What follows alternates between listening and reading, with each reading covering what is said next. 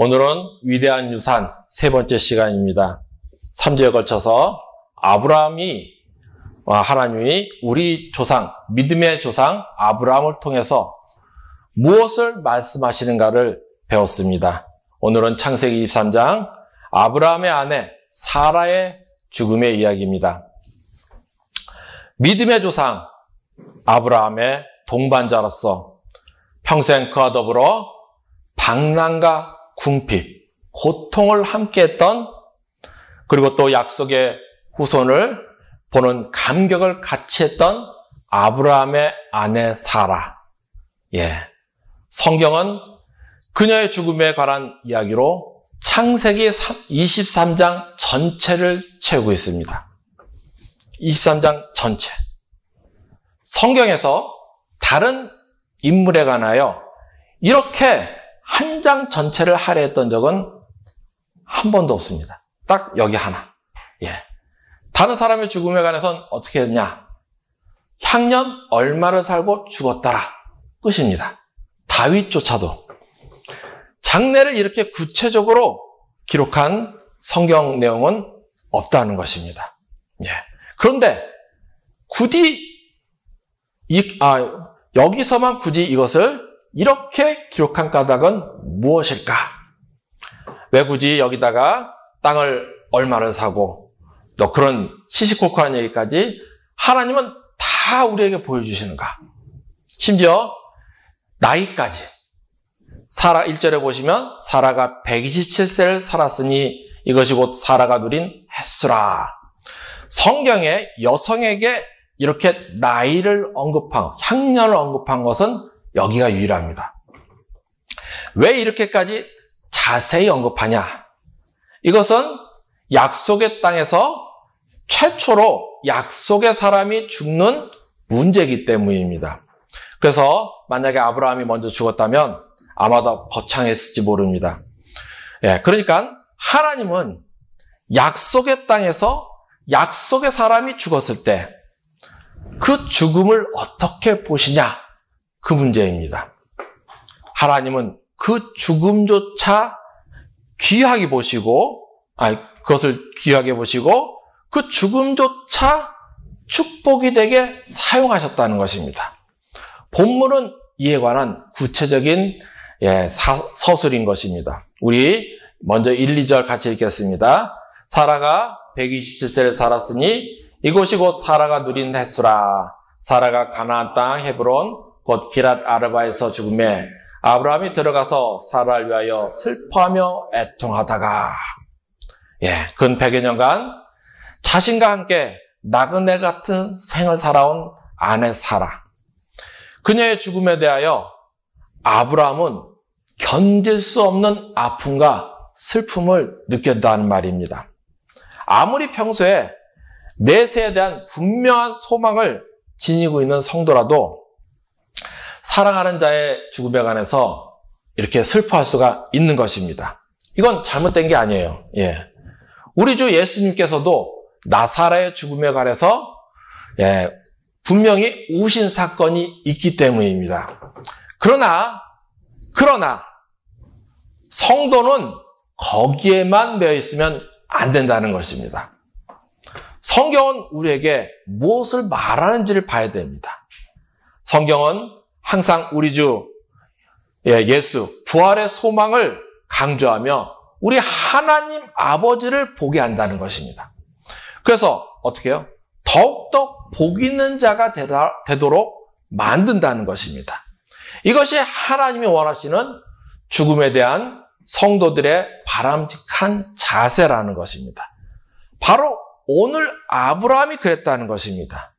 그래서 아브라함이 어떻게 했냐? 우리 좀 이 과정을 보겠습니다. 사랑하는 아내를 위해서 매장지를 마련하려고 하는데, 그래서 막벨라 곳을 사는데 3단계로, 그러니까 3번을 도전을 해가지고 이루는 것을 우리에게 보여주고 있습니다. 첫 번째는 아브라함이 헤브론 도시 원로 모임에 가서 정식으로 매장지 구입을 위한 청원입니다. 우리 3절, 4절 같이 읽겠습니다.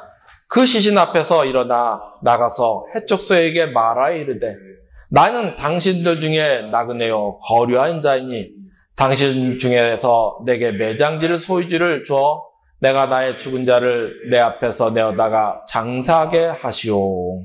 예, 아마도 평생 자기를 따라 묻힐 땅 없이 돌아다닌 그런 떠돌이 인생, 나그네 인생, 아브라함의 더 큰 아픔이었을 것입니다. 왜냐하면 약속의 땅에 왔는데 매장할 조그만 땅도 없다. 더 슬픔이었을 것이죠. 그래서 그렇게 그 땅 소유하기를 원했던 것 같습니다. 그래서 당시 고대에 보면은 도시마다 최고 의결기관인 그 원로 모임이 있습니다. 거기에 가서 매장지로 쓸 땅을 팔아달라고 청원합니다. 다행히 이 당시 원로 모임은 아브라함에게 매우 호의적이었습니다. 아브라함을 존경했다는 말입니다. 내지어 들으소서 당신은 우리 가운데 있는 하나님이 세우신 지도자입니다. 예, 이렇게 할 정도로 아브라함이 인정받았다는 것입니다. 그래서 당신은 하나님의 특별한 보호와 축복을 받는 훌륭한 인물이며 하나님께서 그들 가운데 우리 가운데니까 세우신 지도자다. 예, 이렇게 인정받았다는 것이죠. 땅을 소유하지 못했지만 인정받았기에 좋은 묘시를 무상으로 쓰라고 제안을 받습니다. 그러나 아브라함의 원하는 바는 뭐였다고요? 무상 사용이 아니었던 것입니다. 정식으로 땅을 구입하는 것이었기 때문에 두 번째로 한 단계 더 나아가 몸을 굽혀가며 겸손이죠. 자신이 원하는 매장지 막벨라 굴을 명시하면서 땅 구입을 요청합니다. 그래서 원로는 허락하지만 이번에는 땅 주인 에브론이 거절하고 오히려 무상으로 주겠다. 좋은 소리 같죠. 근데 희한하게 그것도 거절하고 세 번째 다시 백성 앞에서 몸을 굽히고 있죠. 먼저 13절이죠. 우리 같이 읽겠습니다. 그 땅 백성이 듣는 데서 에브론이 말하 이르되 당신이 합당히 여기면 청하건대 내 말을 들으시오. 내가 그 밭값을 당신에게 주리니 당신은 내게서 받으시오. 내가 나의 죽은 자를 거기 장사하겠노라. 기연이 정당한 값을 치르고 사겠다고 고집스럽게 말하는 것을 볼 수가 있습니다. 그래서 아브라함은 엄청난 바가지임에도 불구하고 은 400세겔을 주고 기연이 밭을 산 것이 아내를 위한 매장지를 산 것이 오늘 본문 내용입니다. 어떻게 보면 이것은 쓸데없는 이야기를 너무 장하게 기록한 내용입니다. 아무것도 아닌 것 같은 이야기. 그러나 오늘 이 사건은 역사적으로 너무너무 중요한 사건입니다. 왠지 아십니까? 4,000년이 지난 오늘날 그 후손에게 대대로 축복이 되는 사건이기 때문입니다. 여러분 1,000년이 뒤한 뒤, 아니 1,000년도 아니고 한 100년 뒤 자손에까지 복줄 자신 있습니까? 우리도 없어요. 근데 이 아브라함은 4,000년이 지난 오늘까지, 4,000년이면 도대체 언제입니까? 우리나라는 석기 시대예요. 청동기 아니면 석기 시대. 그런 그 오랜 기간이 지난 후에도, 그러니까 하나님의 독자 우리 구 예수님 탄생 사건 말고도 후대에 대대로 복이 되게 하는 일을 오늘 했다는 것입니다. 바로 이 사건, 아내 사라를 위해서 매장지 막벨라 굴을 매입한 사건입니다. 이 일이 예루살렘 멸망 후 2000년이 지났어도 유대 민족에게 고향 땅을 찾을 수 있는 근거가 되게 하는 사건이라는 것입니다. 그러니까 다시 말해서 오늘날 팔레스타인이 그렇게 가나안 땅을 다시 찾으려고 난리를 쳐요. 막 테러도 일으키고. 근데 국제법으로는 어떻게 못 해본다는 것입니다. 그리고 국제법에 통과가 되면, 이기면은 유엔을 동원해서라도 압력을 가할 수 있는데 못 해요. 왜냐? 국제사법재판소 같은 데서 가면은 이길 수가 없거든요. 가면 무조건 진다는 것입니다. 왜? 바로 오늘 이 장면 때문입니다. 바로 하나님이 성경에다가 계약서를 딱 써놨기 때문에 어쩌질 못한다는 것입니다. 예, 땅 매매 계약서. 예, 여기 성경에 이게 이 자체가 바가지 썼던 것까지 포함해가지고 세세하게 기록한 것. 요게 매매 계약서라는 것입니다. 아브라함이 써놓은. 그래서 이스라엘은 항상 이거 들이대면서 너네 계약서 가져와 봐. 그러는데 팔레스타인 사람들은 못 하는 거예요. 예. 그러니까는 얘네는 계약서가 없으니까 예. 그냥 2000년 동안 그 법적으로 보면 2000년 동안 그냥 뭐 한 겁니까? 그냥 지나가다가 와서 산 것뿐이에요. 법적인 근거가 없어요. 예. 근데 유대인들은 4000년 전에 조상이 땅을 정식으로 사놓은 근거가 딱 여기 있는 거예요. 예. 뭐 주고? 돈 400세겔. 엄청난 바가지임에도 아브라함이 아무 말 없이 샀다.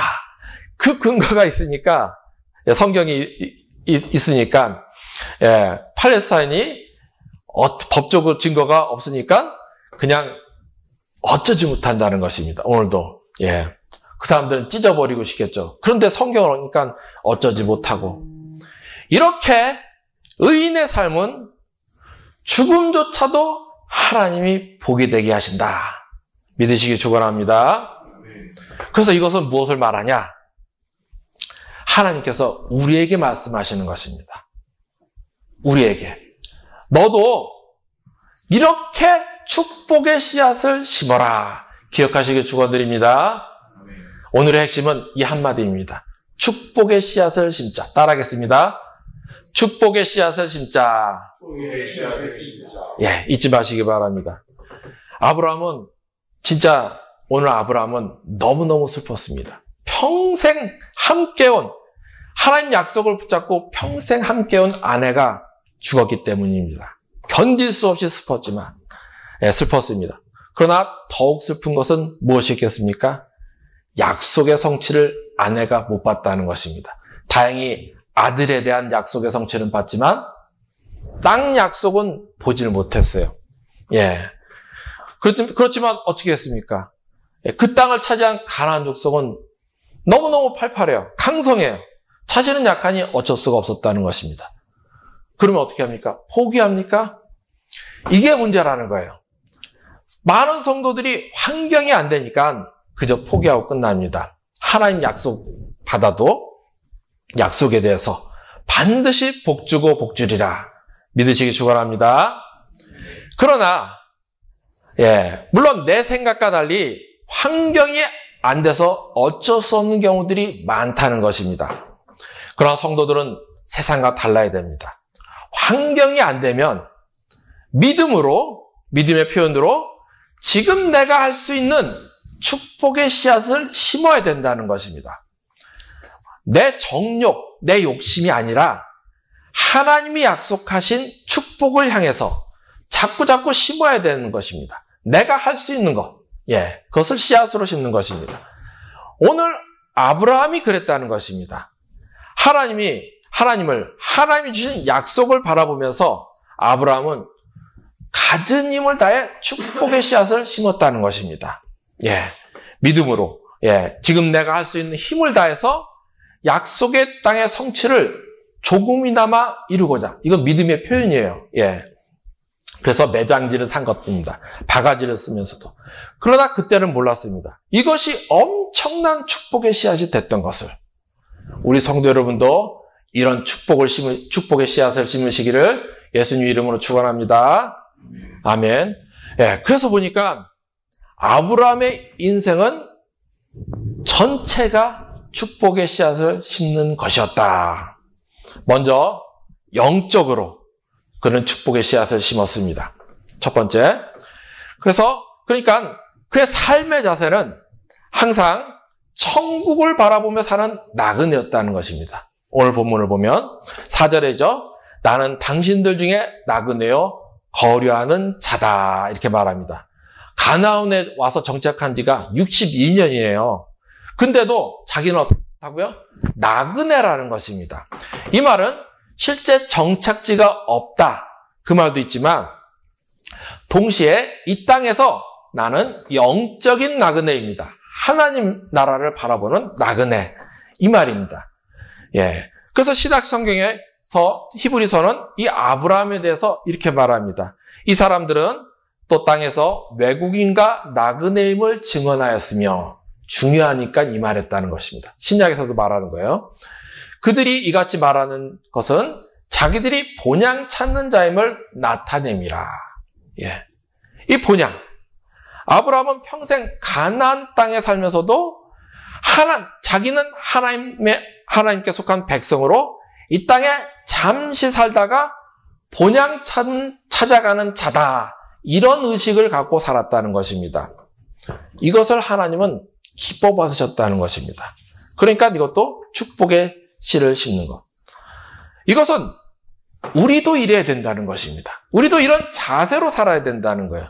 성경의 사도 바울은 그래서 우리 성도를 향해서 뭐라고 말하냐? 하늘의 시민권을 가진 자다. 또 사도 바울은 나그네다. 이렇게 말합니다. 이 말은 우리도 이 아브라함처럼 땅에 있지만 하늘의 본향을 둔 나그네임을 잊지 말라는 것입니다. 그래서 이 땅에서 취해 살지 말라. 이 땅의 향락, 거기에 취해 살면 안 된다는 거예요. 술 취하지 말라. 그 말은 술만 취하지 말라는 게 아니고 대표입니다. 땅의 향락에 취해 살지 말라는 거예요. 하늘을 보라는 거예요. 하늘을. 예. 그래서 아브라함처럼 오직 하늘을 소망하며 살아야 한다. 심지어 죽음조차도 오늘 아브라함처럼, 예. 아브라함의 아내 사라처럼 사람은 언젠가 죽습니다. 그래서 세상 사람들 어떻게 하죠? 죽음을 너무너무 두려워해요. 더군다나 죽음은 누구도 피할 수 없게 해요. 그러나 우리 성도는 달라야 한다는 것입니다. 죽음이란 세상 사람에겐 절망이지만 우리 성도에겐 무엇입니까? 영혼을 향해 가는, 하나님 품을 향해 가는 입구라는 것입니다. 그러므로 세상 사람의 삶은 어떻게든 이 땅에서 더 버티려고, 더 누리려고 난리치는 삶이지만 우리는 달라야 된다는 거예요. 우리의 삶은 영혼을 향한, 하나님 품을 향한 준비가 돼야 된다는 것입니다. 어떤 준비냐? 예. 하늘을 향해 소망하고 영혼을 향한 준비. 그게 뭐냐? 끝까지 하나님 바라보고 약속을 붙잡는 삶이라는 것입니다. 언약을 믿고 붙잡고 하나님과 동행하는 삶이 돼야 된다는 것입니다. 하나님과 동행하시길 축원합니다. 아브라함도 이삭도 성경의 위대한 믿음의 선진들을 보면 다 이랬다는 것입니다. 예. 그래서 하나님의 약속을 붙잡고 동행하려고 애썼다. 대표적으로 어떤 방법으로? 기도와 말씀을 했다는 것입니다. 그런데 우리는 여기에 너무너무 부족하죠. 예, 저도 자신할 수가 없습니다. 그러나 우리는 알아야 됩니다. 나는 아브라함보다 더 대단한가? 더 대단한 사람이 있습니까? 없죠. 저도 마찬가지입니다. 그러므로 우리는 항상 이 아브라함처럼 하나님과 동행하려고 애써야 한다. 하나님과 동행하시길 축원합니다. 단 이것은 내 공로가 아니에요. 우리가 심기는 하지만 내 공로는 아니고 믿음의 표현이라는 것입니다. 하나님을 믿기에 하나님과 동행하려고 애써야 된다. 예. 그렇지만 그것을 하나님은 축복의 씨앗으로 기뻐 받으시는 줄 믿으시기 축원합니다. 예. 그래서 이게 축복의 씨를 심는 거예요. 영적으로. 예. 이렇게 심어야 된다는 것입니다. 이것이 첫 번째. 다음 두 번째는 뭐냐? 삶으로 심어야 됩니다. 이 땅에서 하나님 앞에 삶으로 우린 축복의 씨앗을 심어야 합니다. 그래서 아브라함을 보니까 아브라함은 성숙한 인격, 성숙한 신앙인의 모범을 보여주고 있습니다. 흔히 나그네를 보면 누구든지 그를 보는 순간에 그가 나그네인 줄을 안다. 그렇게 말합니다. 아브라함이 그랬다는 것입니다. 그래서 어디에 그게 있냐? 4절이죠. 당신은 우리 가운데 있는 하나님이 세우신 지도자입니다. 아브라함이 인격적으로 성숙한 인격이었던 것을 우리는 주시해야 된다는 것입니다. 더욱이 오늘 본문을 보면 아브라함은 가나안에 오래 거하였을 뿐만 아니라 높은 지위에 존경받는 자입니다. 나이도 매우 많아요. 137세 정도로 추정합니다. 예. 그래서 그 정도면 당당히 말해도 되잖아요. 많아봤자 다들 손잡버리니까. 예. 그런데 오늘 본문을 보면 어떻습니까? 겸손하게 말합니다. 예. 토지를 소유하기를 원한다고 정중히 요청하고 심지어 몸을 굽히고 이 말이 2번이나 있습니다. 이 굽혀가면서 2번이나 간청을 합니다. 이런 인격은 뭐냐? 여호와를 경건히 섬긴 것이 삶으로, 행동으로, 인품으로 드러난 것입니다. 우리도 이렇게 돼야 된다는 말입니다. 신앙이 성숙했다는 것은 이런 인격도 돼야 된다는 것입니다. 성도가 어떤 분 보면 인격이 안 됐다. 그런 소리를 듣는 성도들을 우리가 볼 수가 있습니다. 그건 아직 신앙이 성숙하지 않았다. 그렇게 보면 되는 것입니다.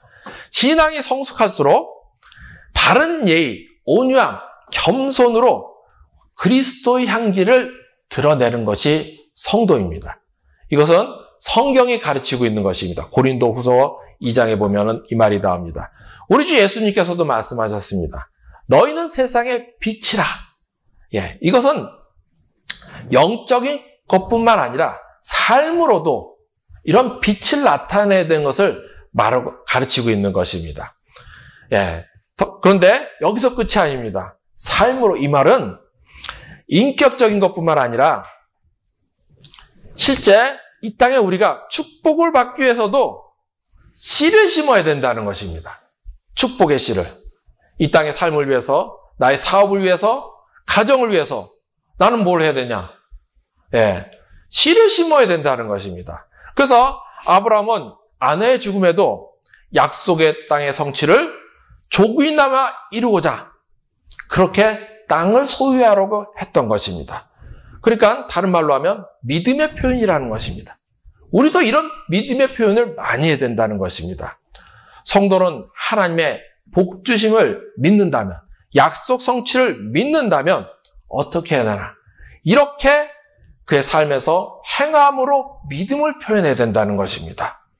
지금 여기 이 자리에서 약속 실천을 위해서 내가 할 수 있는 것을 심어야 한다는 것입니다.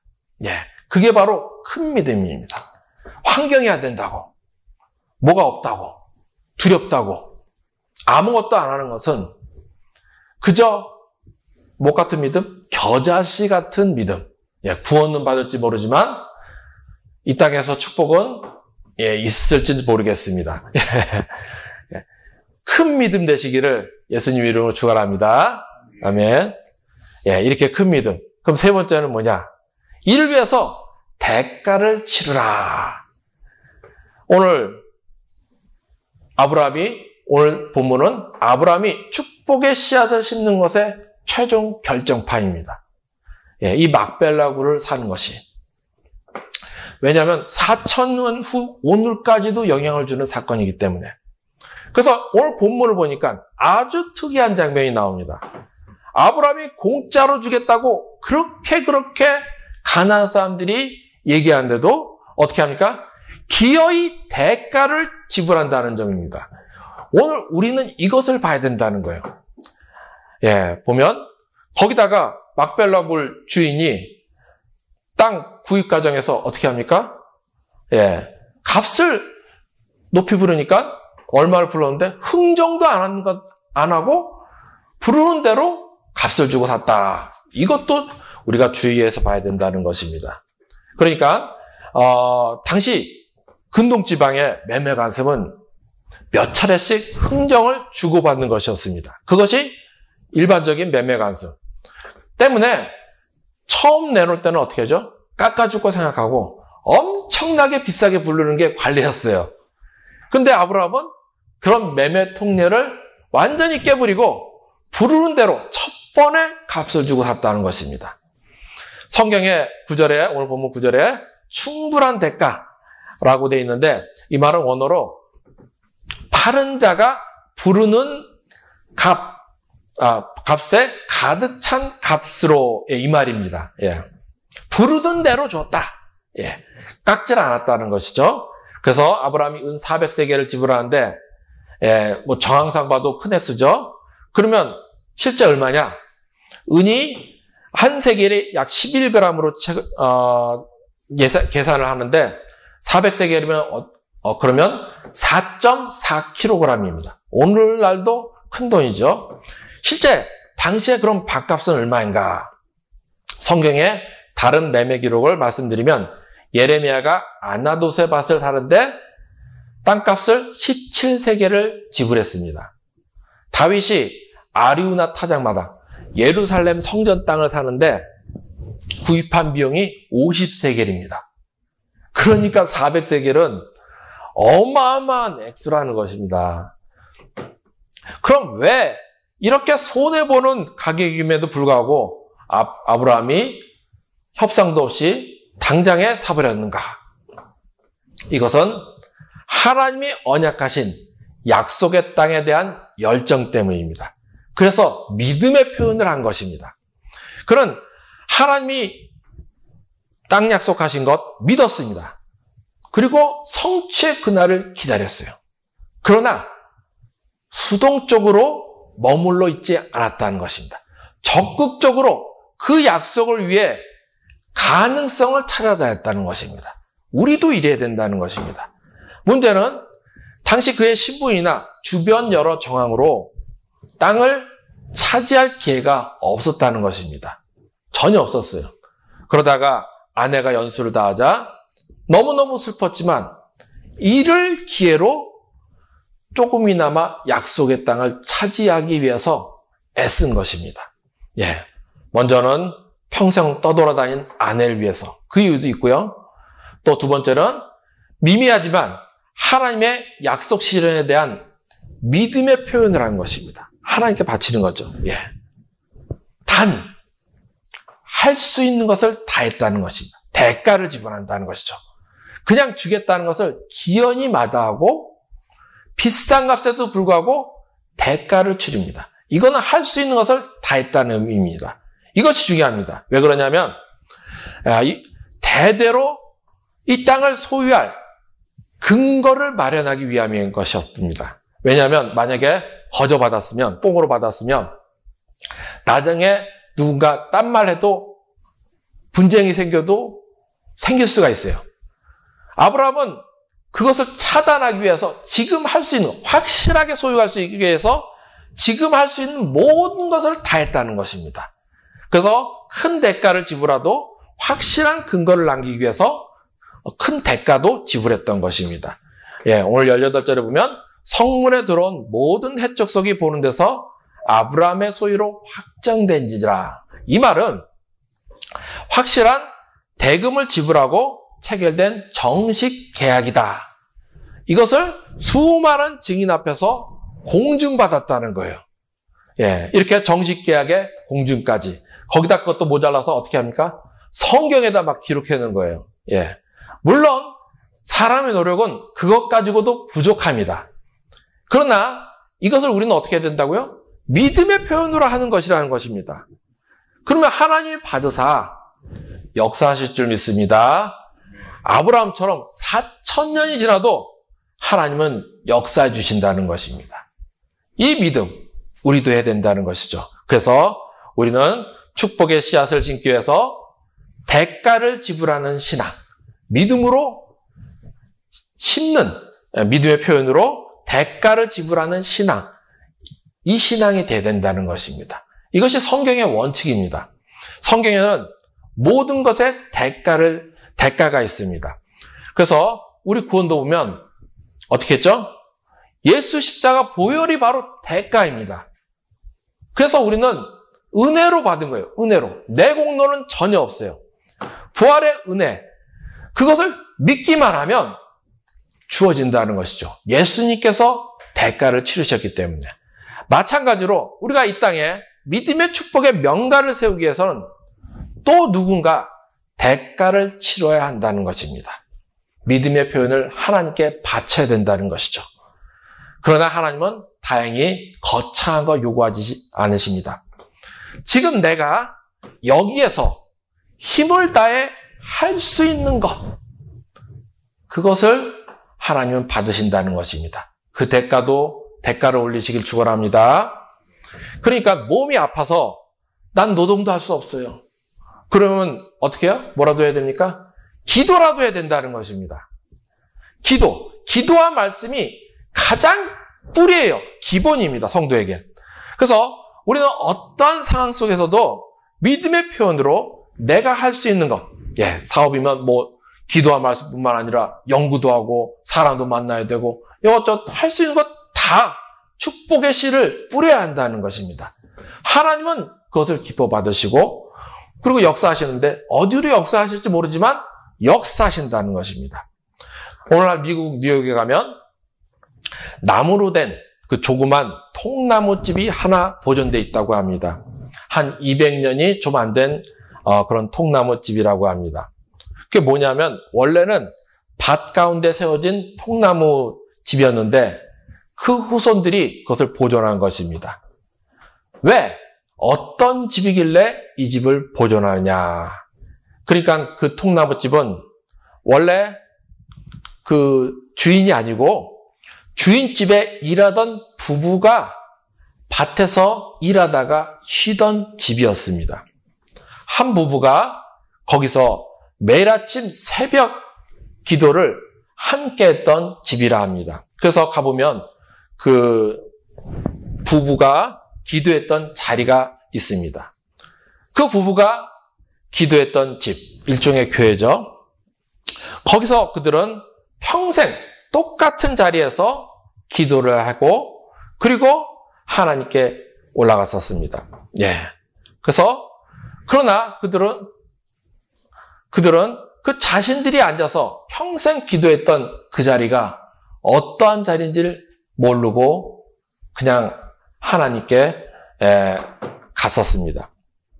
그런데 그 후에 어떤 일이 일어났냐? 오늘날 미국은 5년에 한 번씩 훌륭하게 살았던 사람들의 가문, 유명한 사람들의 가문을 조사하는 그런 연구들이 있다고 합니다.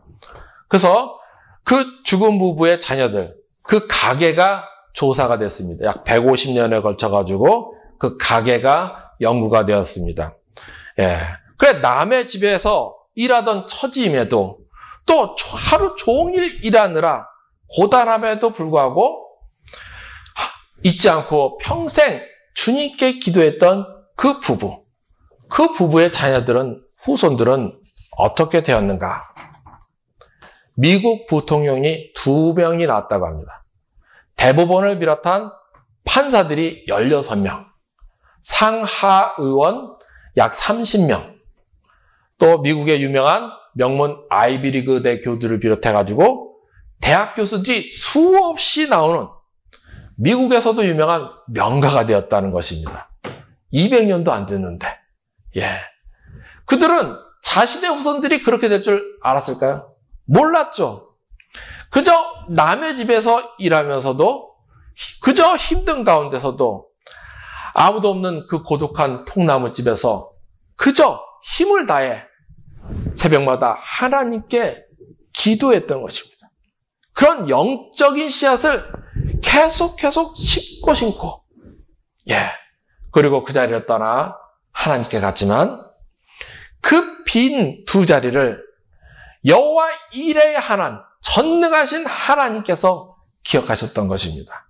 그래서 그 후손들에게 오늘날 미국을 움직이는 그런 축복의 주인공이 되게 해주셨다. 오늘 하나님은 우리에게 말씀하시는 것입니다. 너희도 이 아브라함처럼 축복의 씨앗을 심어라. 먼저 영적으로 축복의 씨앗을, 하늘을 소망하며 하나님을 바라보며 언약을 붙잡고 말씀을 붙잡고 하나님과 동행하라는 것이죠. 두 번째는 삶으로 하나님 앞에 이 땅에서도 하나님 앞에서 삶으로 씨앗을 심어야 된다. 축복의 씨앗. 성숙한 신앙은 물론이요, 우리가 하는 모든 일에 환경이 어쩌건 포기하지 말고 믿음의 표현으로 심어야 된다는 것입니다. 세 번째는 이에 대가를 지불해야 된다는 것이죠. 대가를 지불하는 신앙으로 축복의 씨앗을 심어야 된다는 것입니다. 환경이 안 된다고 포기하지 말고 지금 내가 여기 이 자리에서 할 수 있는 것을 내 힘을 다해 대가를 치르며 씨앗을 심어야 된다. 그 믿음을 우리 하나님은 기뻐 받으실 줄 믿습니다. 우리 생명수 성도 여러분, 이 아브라함처럼 계속 축복의 씨앗을 심는 복 있는 자들 되시기를 예수님으로 축원합니다. 그래서 주님께 인정받고 이 땅에서 천국의 유업을 받아 누릴 뿐만 아니라 천국의 안식을 누릴 뿐만 아니라 그 하나님께 인정받음으로 믿음의 축복의 명가를 세우고 또 이 복음을 전하여 하나님 나라 확장하여 우리 하나님 아버지께 영광 돌리는 그런 복 있는 자들 되는 복된 성도들 되시기를 우리 주 예수 그리스도의 이름으로 축원합니다. 아멘.